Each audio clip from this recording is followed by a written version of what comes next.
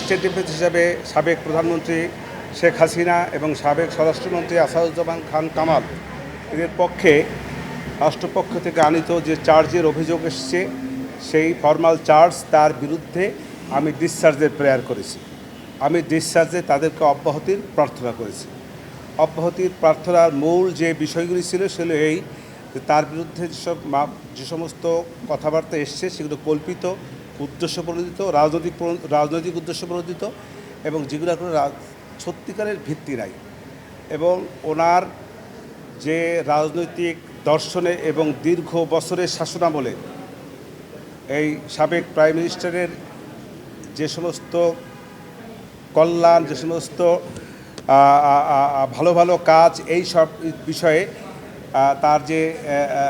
তার প্রতি রাজনৈতিকভাবে ঈর্ষান্বিত হইয়া এই মামলাটার আনয়ন করা হয়েছে। এটা হলো মূল বক্তব্য। আর যে সমস্ত বক্তব্য স্পেসিফিকভাবে বলা হয়েছে, প্রথম কথা হলো যে সে রাজাকারের নাতিপুতির যে বক্তব্যটা এসছে, সাবেক প্রধানমন্ত্রী রাজাকারের নাতিপুতি এইভাবে উনি বলতে চান না এবং বলেনও নাই।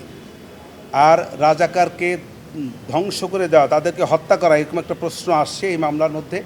সেক্ষেত্রে আমি বলেছি যে উনি দীর্ঘ বছর শাসনামলে ছিলেন। উনি যদি চাইতেন রাজাকারকে হত্যা করে ফেলবেন তাহলে ইতিপূর্বেই পারতেন। উনি ইতিপূর্বে যেহেতু রাজাকারদের হত্যা করেন নাই, আজকে আসে কেন বাচ্চা ছেলেদেরকে হত্যা করবেন? এটা হল প্রথম কথা।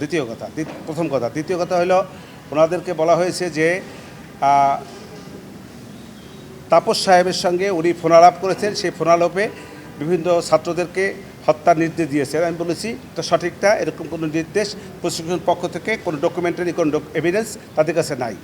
তৃতীয় কথা হইল যে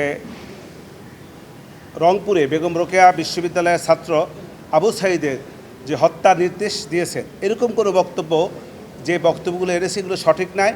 কারণ হলো এরকম কোনো ডকুমেন্টারি এভিডেন্স এ রাষ্ট্রপক্ষে তার যে দাখিলীয় কাগজপত্র তার মধ্যে নাই।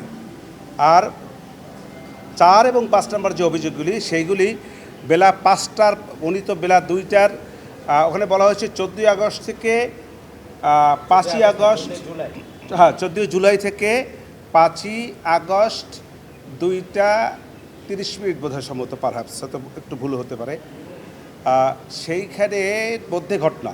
অতএব ওই দিন তো সে তো বাংলাদেশেই ছিলেন না। অতএব এই তার বিরুদ্ধে যে অভিযোগগুলি 2, 4 এবং 5 নম্বর এসছে, এটা ওনার বেলায় প্রযোজ্য না।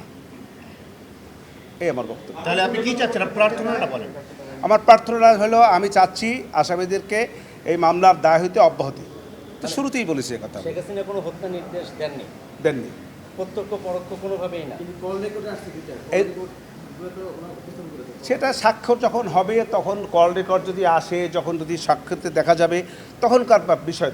তখন আমি তার জেরা করব। জেরায় যদি আমি সেই কল রেকর্ডকে মিথ্যা প্রমাণিত করতে পারি, তাহলে এটা আমার পক্ষে যাবে।